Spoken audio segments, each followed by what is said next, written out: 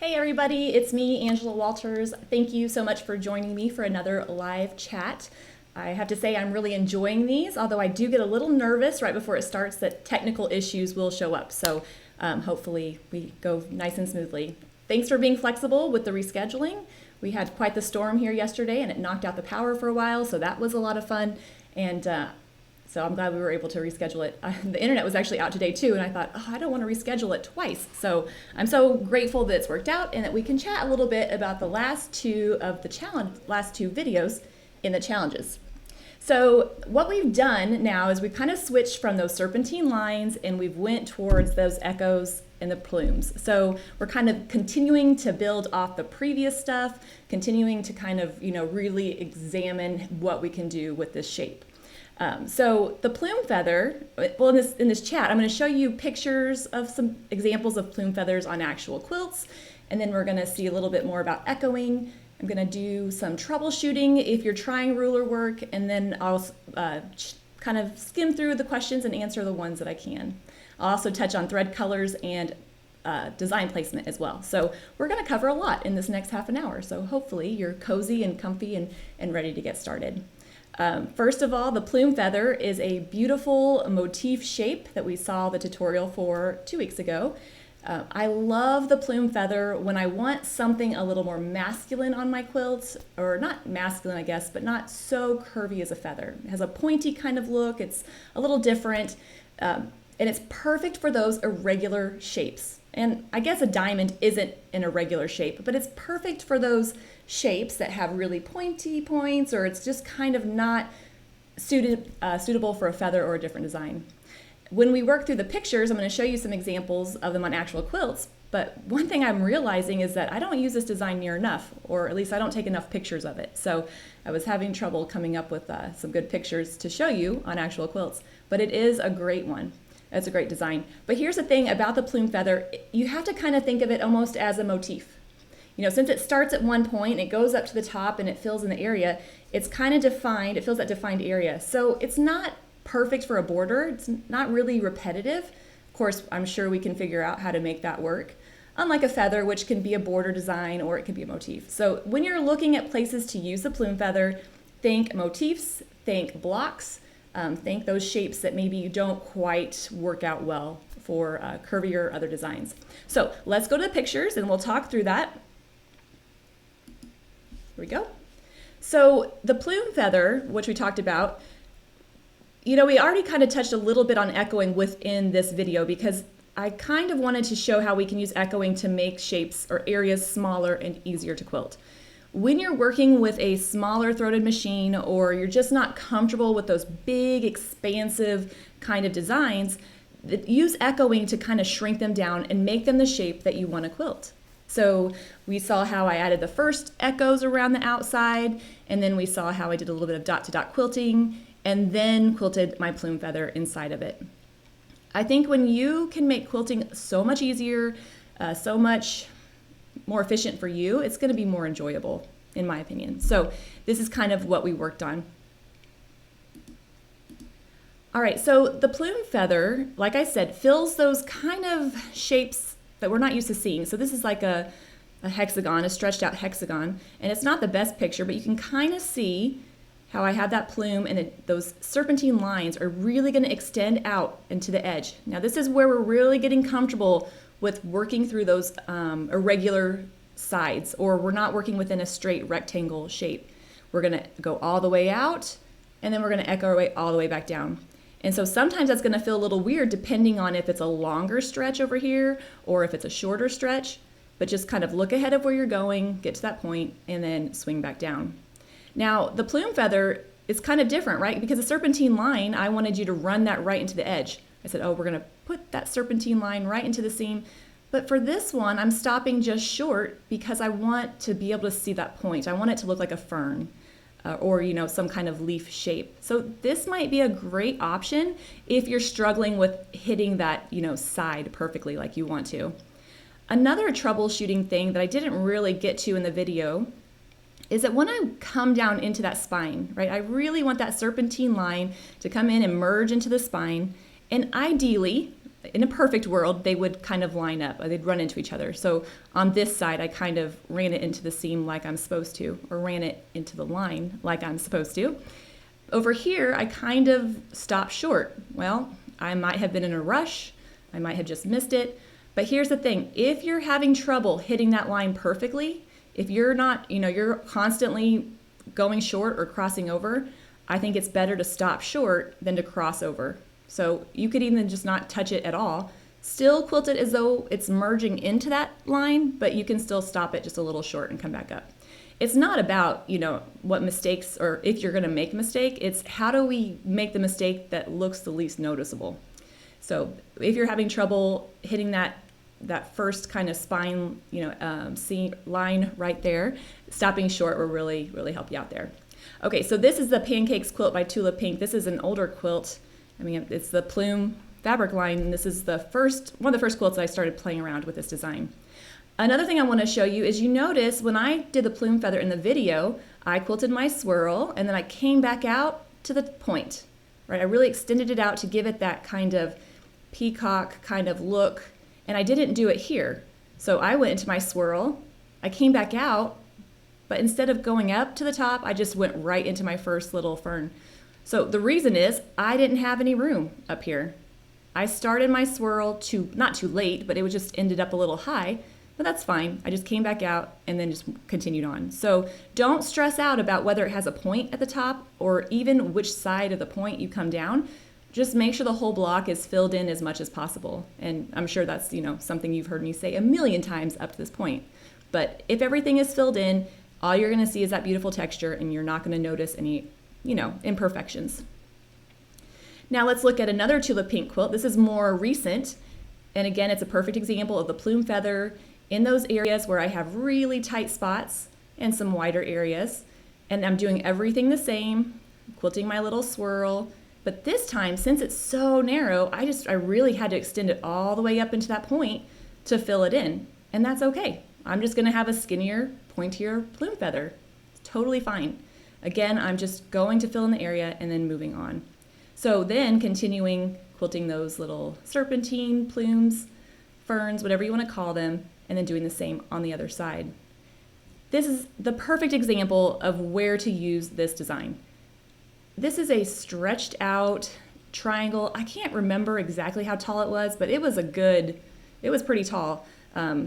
I don't know, I'm just gonna guess 10 inches or so, maybe my imagination or my memory is exaggerating, but it was pretty tall. And it was hard to know what to put in there. Now, normally in these kind of long skinny triangles, I'll do some dot to dot quilting, and you can see I've done some dot to dot in between the points. But I didn't wanna do more geometric. I wanted something curvy, and so this was the perfect option. A feather would have been too tricky to kind of have really tiny little feathers in there, so this was the perfect one. And I love how using it in both sides just kind of pulls it together. So I think it turned out really well in here. Now, one thing I want to point out is when you're looking at a quilt or you're deciding what density of the quilting you want to use, the thing to remember is that it's not the size of the design that determines the density, it's the spacing between the lines. And if you've taken a class with me before, you probably have heard me say that after every design we learned. My whole point is, if I didn't want this plume feather to be as dense as I've quilted it, I would have put more spacing in between my ferns, I'll call them ferns, fronds, whatever, my serpentine lines. I would have, instead of quilting them a 1/4 inch apart, I would have quilted them a 1/2 inch or more. So I could still quilt a long design or a short design, but if I just space out the spacing between the lines, I'll get a less dense quilting example. But I wanted to use the same spacing that I was using around these dots, so I went ahead and plus I like quilting things to death, so I went ahead and quilted it pretty tiny. All right, again, sorry for this older picture, sorry for the quality. And we saw this, if you joined me for the live chat, I think when I announced the challenge, I showed you this and kind of hinted at the plume feather that we were going to be learning.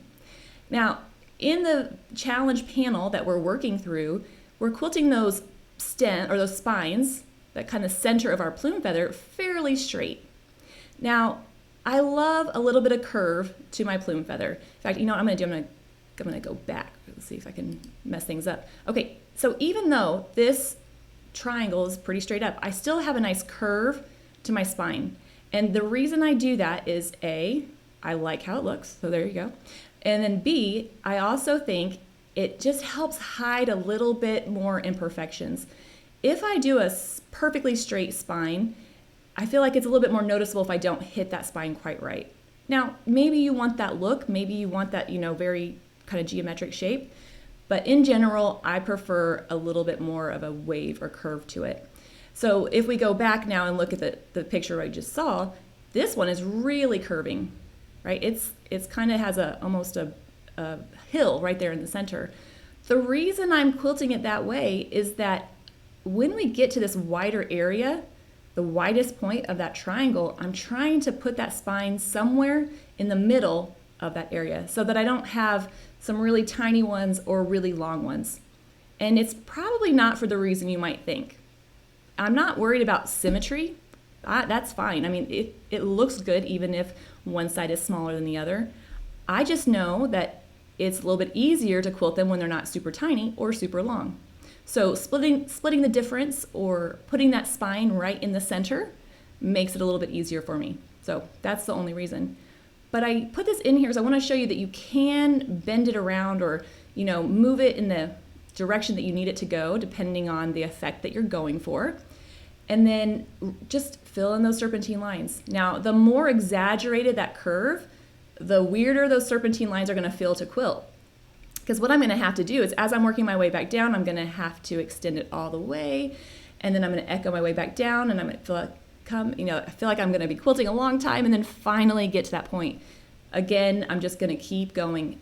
This is another example of those irregular areas that you're probably going to have to deal with when you're working on quilts of your own. So don't feel like you have to quilt it in a perfectly straight line. You can quilt it, in a lot of different directions, but be aware that the more extreme the curve, a little bit trickier it is. So settle for just a nice kind of gentle wave. And one thing you could do is if you have a wavy ruler, you could kind of use that to mark out the spine just to have a guide of what you're going for. So that would be an option to help you out there. Another thing I want to point out about this picture, and then we'll move on, is let's look at this bottom right-hand corner. I quilted this the way that, that I taught the plume feather. I quilted my swirl, and I came right back out and then went down that same side. So it's a little weird feeling if you're comfortable quilting swirls because you might be tempted to go up to your point and come down this way. And if you don't know what I'm talking about, don't worry about it. But what I get in this result is I get 2 points that kind of sometimes are close. I don't necessarily try to make them touch. That was a question that was asked. But if we look over here, I must have got sideways or, distracted or something. I came into my swirl, I came out, and then I went back down the other way. So the result is exactly the same. Don't worry about it. It's just going to give it a slightly different look, and it's nothing wrong with it. So I joke in my classes when I teach this in class, the reason I really, really, really wish I had wrote this design in my book so that it went up to a point and came down the other side, but I didn't. So this is now, I teach it like it is in my book. So don't worry about which direction it comes out. Just worry more about quilting that swirl, filling into that point, and then filling in the block. All right, so here's another example of that plume feather in a quilt. This is the Rising Star quilt. The pattern is designed by Nancy Smith, and it was on an episode of the Midnight Quilt Show.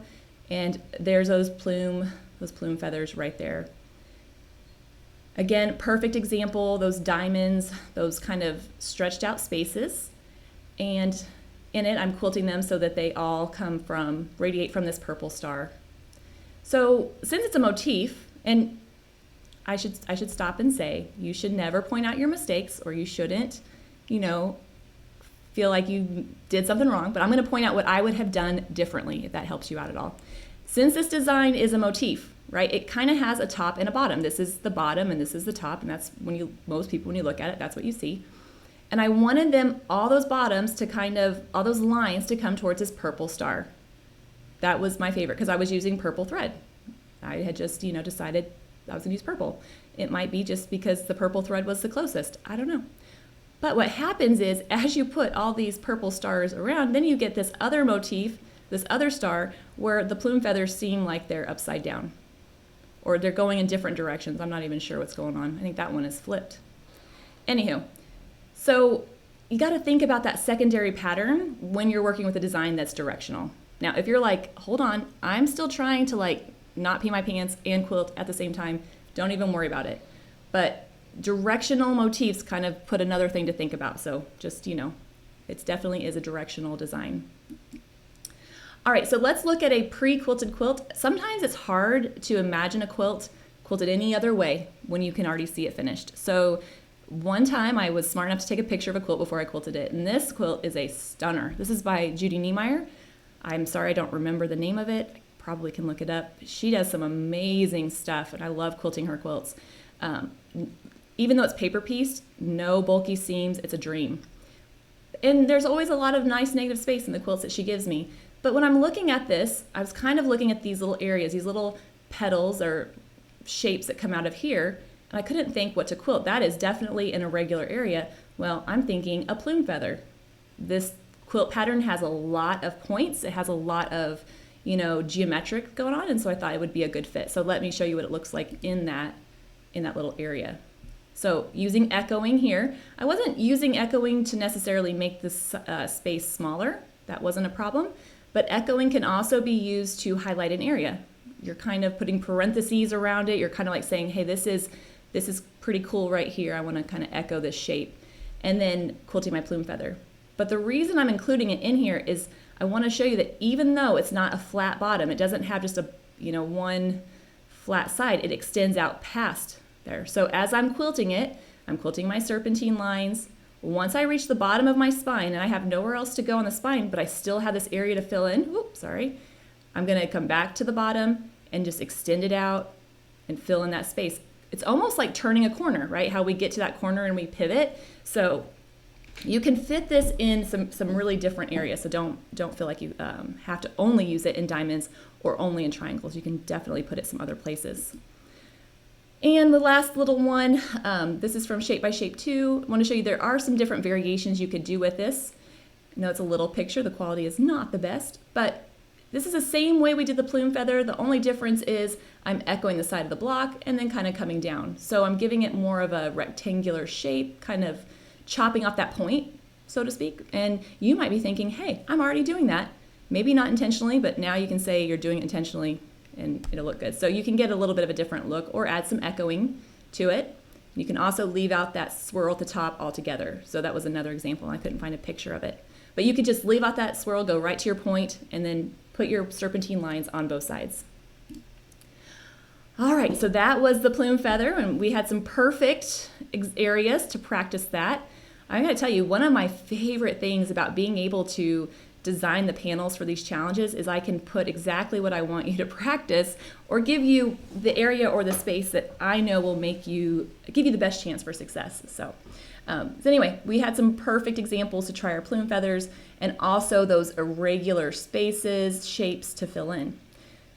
Once we finished the plume feather, then it was time to do some echoing, right? And so we talked to last week's video. Yeah, last week's video was all about echoing.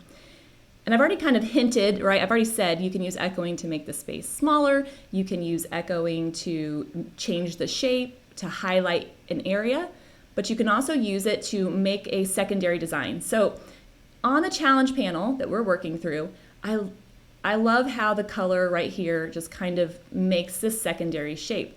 Now this picture is very edited so that you can see the quilting. I want you to be able to really see the quilting on it.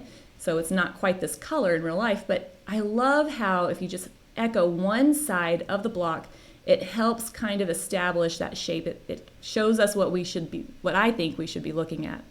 So when you're echoing a block, you can echo outside or inside. You can echo 1, 2, or all sides of the block. And so in the video, we just saw some examples of this. And so first we echoed one side using our ruler to echo, travel, echo, and really fill in the space. In the video, I said one of my favorite tips is to start with the longest line first. So if I wanted to echo this side of the block, I probably wouldn't start down here. And the reason is, well, it's just my routine is to start with the longest one, but then I have my guideline already established. I feel like it's a little bit easier. But you can try it both ways and see what works for you. Another thing we talked about was echoing two sides. So over here, we can see the two sides of the block being echoed. Just because I wanted to kind of group that, I just thought it looked neat, and then fill it in with the serpentine lines. So again, really experiment when you're working through your challenge panel or the practice piece you're working at home.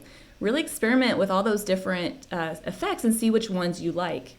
We also talked about why it's not actually truly an echo, but you can use those lines all coming together in one place to draw attention to it. So in this example, we're just having those lines radiate from that point as opposed to echoing the side. And that was something I did quite a few times because I just liked changing it up. When you're quilting, really pay attention to the spacing between the lines. That's where you get to determine the density that you like. That's where you get to, make it look exactly like what you want it to look like. So a couple other things I did a little bit of echoing and filling it in. I echoed two sides right over here, added some serpentine lines where it felt like appropriate, kind of fun. When you're quilting, try not to overthink it. I did kind of make it symmetrical, but I wasn't too worried about it. Quilt a design and then think, oh, what's the next one I can quilt? Sometimes we spend too long trying to decide what to quilt when just getting in there and just quilting it, and then that's when you really kind of see the fun stuff. All right, so let's talk about echoing real quick.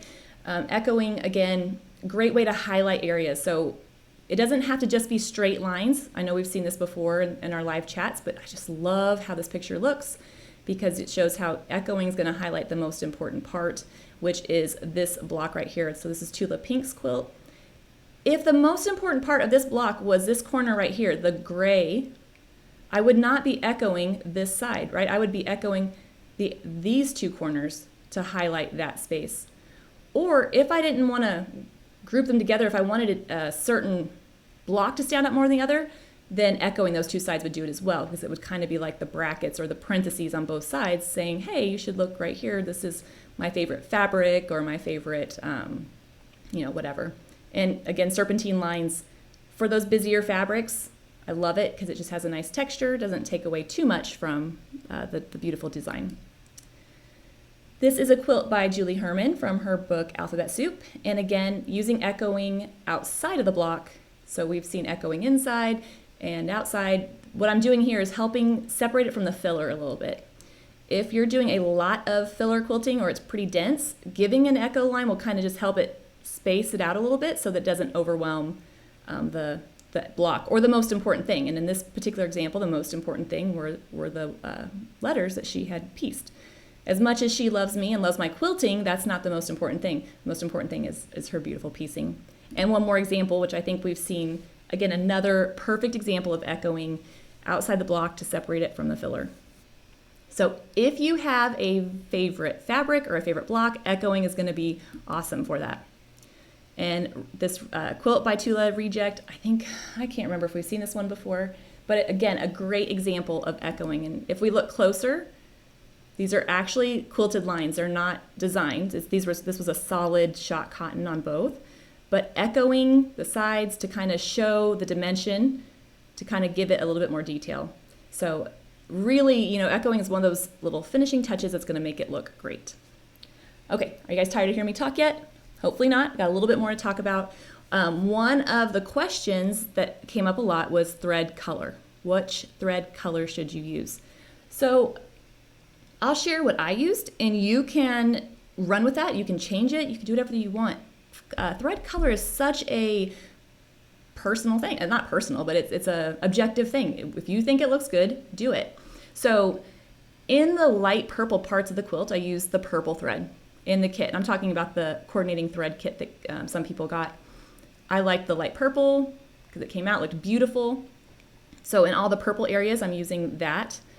If you don't have purple or you didn't buy the thread kit, this would look nice with a light off-white, a light gray. You could use this all over in that area. But then when we get to the darker ring, the thread collection came with two colors. It came with a sterling gray and it came with a Prussian. Well, it came with more than that, but those were the two darker of the colors, and I want to show you kind of where I use those. Okay, so sterling gray is more of a neutral. It was a medium gray, and so it's a great all over color. And so I used it here in the darkest teal. I used it over here in the blue, and I even used it a little bit in this lighter blue. Now, I did include a pale mist or like a light kind of green color. That's for the lighter blue, and so that's what I did over here. Again, the thread doesn't have to exactly match to be really impactful. However, in some of the areas, I switched to the Prussian or that darker, beautiful teal color. Oh, I just love it. And I use those in the darker areas. But what's great about this picture is it shows a couple things. It shows that I used 2 different colors on 2 different sections of the same fabric. So I had this, little section here and this little section here, and I probably should have used Prussian on both, but I didn't. I ended up staying with the sterling over here. Chances are I got really into an audiobook and wasn't thinking about what I was doing. So when you're picking thread colors, multiple thread colors will work. I think they both look good.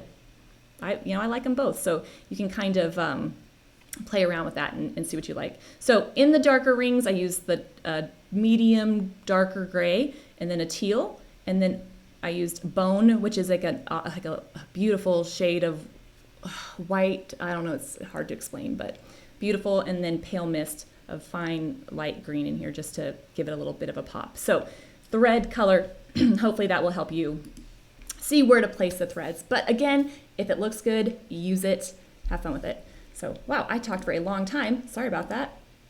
So I know we have some questions coming through, and I'll try to answer a few, but I want to give some troubleshooting about the ruler quilting. So in the video, I used rulers to help me with my echoing, and that's something that you don't have to do, especially on a sewing machine. You can echo without the ruler. You're going to just move your arms. You're not going to add a lot of momentum to your body. You're just going to kind of give it that beautiful echo. On a long arm, I'm always going to use a ruler because it's hard to control the direction of the machine when you're going in diagonals or other shapes. But if you're having trouble with your ruler work, here's a couple things to think about. First of all, you probably should get a ruler foot. It's always a question, do I need a ruler foot? Do I have to have one? Technically, you can quilt without it. I wouldn't suggest it. That higher profile foot, and you can see it on my machine when I'm quilting in the tutorial, really helps prevent the sewing or the machine or the ruler from slipping over and into the needle, and that's never fun. It could throw your machine out of time. It could make you pee your pants. It's not a fun time. I mean, it happened to a friend, not me. So definitely invest in a ruler foot, but that higher profile foot does make it a little bit more difficult to see. Now, in the tutorial, I said I leave my ruler foot on all the time, and I do, because I want to get right to quilting. I don't want to say I'm lazy. I want to say that I'm efficient, right? I don't want to change my feet. So I always leave it on. Now, when I'm quilting though, I'm trying to look ahead of where I'm going and like where I'm heading so that I'm not, surprised when something shows up. You can switch them out, and I did notice that somebody commented on the YouTube video I thought was great. They said they did all their ruler work first and then came back, switched their feet, and then did that. So you notice how I'm going kind of in between the two. I'm just kind of switching it up. You definitely don't have to approach it that way. So do what makes you feel comfortable, do what you can, and then just move on. Be fun. But if you do get a ruler foot, one of the most common things I get asked about, or one thing I hear a lot, is the tension was fine, and then I put my ruler foot on, and now it's not. It's skipping stitches. It's doing, it's being weird. I'm not going to say every ruler foot. It depends on your machine. So let's just say that. It depends on your machine. But most ruler feet have an adjustable, I'll say some ruler feet have adjustable height. Right? So you can adjust exactly, little dial that you turn, how high or low that foot sets to your fabric. So if this is my fabric and this is my foot, what I don't want is it so high that I get skip stitches. So if your ruler foot is too high, you'll have skip stitches, and it'll be frustrating. If it's too low, you'll know it's too low because it's too hard to move, right? So then it's kind of squishing that quilt sandwich, and you're like pushing it through. If you notice that you're getting just a lot of tucks on the back when that hasn't happened before, it could be that your foot is too low. What I usually do, if you have an adjustable foot, is I adjust the height. I keep raising it up, quilt a little bit, raise it up, quilt a little bit, raise it up until it skips stitches, and then I bring it back down a little bit. I prefer it to be as high as it can go without skipping stitches because that allows me to move the quilt more freely underneath it. So if you look at the video or you watch a tutorial, sometimes you can tell my foot is just hovering right over the quilt. It's not actually compressing it. So you're going to have to make some adjustments. Find, what helps, what works for your machine. I wish that every machine was the same and I could give you a definitive answer, but I can't. So another thing is Jane, I hope this is okay. She emailed me a progress report of what she was doing. It was pretty cute. I loved seeing, her process, and she had some troubleshooting issues, and she shared a great picture that I really want to show you because I thought this is great. So here is a picture of the ruler foot. So not most, but this particular kind, she has the same that I do. This particular ruler foot is a little attachment that has a little screw that lets it off and puts it back on. Well, over time, that can loosen. So if your foot is loose, you're not going to have very straight lines because you'll be pushing it and it will be moving around. So make sure you kind of check your little, connections every once in a while that it's staying tight. My machine does that. It just kind of sometimes comes loose. I don't know if it's because I'm quilting too fast, if I'm not getting it tight enough, but I just check it and tighten it every once in a while. Because what can happen is if it gets too loose, it could fall off, and then that will really scare you. It doesn't really hurt anything, but it is a little, disarming to see that happen. So if you have that little screw on the back, definitely check that out, as well as a screw that holds the whole foot into the shank. Make sure that is kind of where it needs to be. So a couple things about that. Another question that was on the chat was not staying on the ruler. So they were having trouble, because my chat was YouTube, having trouble staying in connection. So you're quilting along the ruler, that's great, and all of a sudden you're like, I just veered off. I don't know what was going on there. Okay, that's normal. You're getting comfortable with that point of contact. The best thing I can say to help you with that is to really know where the point of contact is between your foot and your ruler. And those two things, they really need to be kind of into each other, not pushing into each other, but just that contact. When you work with curves, you'll definitely see that because that point of contact is going to change as you go around that curvy ruler. So really kind of be aware of the point of contact and know that you'll get it. It just takes a little practice. And another question that was on the chat was, what's the secret to not pushing down too hard on the rulers? She says that she has a little bit of a death grip. Okay, well, again, totally normal. If you can think about the first time we learned how to do anything, like driving a car, we're hanging on there, that tendency to hold on tight is just from being uncomfortable with what's going on. So really kind of be aware of that. It's not going to help you a whole lot. I mean, you definitely want to push down and you definitely want to move along, but you don't want your hand to be hurting or tired. If you're quilting with your ruler and your hand is aching, that's not going to be good because you can't sustain that over the whole quilt. So just break periodically, check to see how you're doing. Posture is also important, and then kind of continue on. So definitely don't have a death grip, but it is normal. It is what it is. So hopefully that gives you a little bit of tips with using the ruler, although you definitely don't have to. So now I'm going to kind of check in and see some questions. Mary Rose said, yep, it was important to know that you can't adjust the foot. Hers was too high, and she probably had the ruler slip under it a little bit. So yeah, totally normal. Brian, good question. Why did I use multiple thread instead of one thread color over the whole quilt? Because that's what I like to do. I love picking out thread colors. I love playing with the thread, but that's not the only way to do it. I'm only the expert in my opinion. You can definitely use one thread color over the whole quilt. In fact, the colors I picked, I tried to think about that, like, okay, if somebody was, going to use one thread color, make them, within a family of colors. I think that I like matching the colors to the quilting, or I like matching the thread to the quilt because I love the texture that it creates. But again, it's totally a personal preference. So you can definitely use 1, 2, 15, however many you want to. So so here's a question. When I use a ruler and quilt towards the eye of the needle, I shred thread. Why? Okay, well, it could be a couple different things. Usually if your thread is shredding, with or without a ruler, it might mean that your needle is not the right size for your thread, especially if it's shredding at the eye. Different size needles have different size eyes for the thread, and it kind of guides it in there. So definitely check to make sure that that's the right needle for the kind of thread. Another thing could be, and this kind of goes with a question that was asked, what's the best thread to use on a home sewing machine? I don't know what kind of thread you're using. If it's glide, that's great, but if it's, just make sure it's a quality thread. As long as it's a quality thread, it's going to be much better. So if it's not a quality thread, that could cause it. If you're like, no, it only does this when I'm working on a ruler. If you're newer at ruler quilting, it might mean that you're not as comfortable in one direction as the other. Like maybe you move a little faster, maybe you push down a little bit more. So just, I would say kind of practice a little bit. I know it's frustrating, but work through it. And then if it doesn't fix itself as you become more comfortable with the ruler, then it probably is like a needle or a threading thing. So I wish I could give you a better answer, but there's so many different variables for that. Jennifer says, if you stitch in the ditch with one color and you have another block next to it in a different color, do I stitch in the ditch with both colors, or will that look funny? I like to only stitch in the ditch once, and I will travel if I need to. For instance, where I did the stitching around the block and then I did traveling to echo that block. Even if those are two different colors, it's fine. I don't think it's totally noticeable. It's kind of hiding in there. But as a rule of thumb, I don't stitch them both in all the time. So again, when you're quilting and you're 2 inches from it, or when it's on a machine, it's really taut, it can be really noticeable. But as it eases up and as you're done and it kind of like relaxes, that quilting in the ditch kind of goes into the seam. And Gina, it would be interesting to have a free motion quilting along, learning about different sizes of thread. How about one that was like thread, needles, and tension?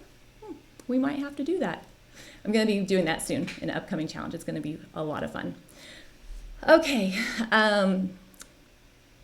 Cecilia said she changed to a top stitch needle and it solved all the problems with shredding. Top stitch needles, going back to the shredding thread, top stitch needles have a longer eye. So it gives it a little bit more room within that take up. And the ones I like are titanium coated, and so they're a little bit stronger. So it could be deflection, right? If you're pushing and the needle is not super strong, it could be bending a little bit and doing that. So, and then this will be the last question, and I'll wrap it up since I'm going kind of long.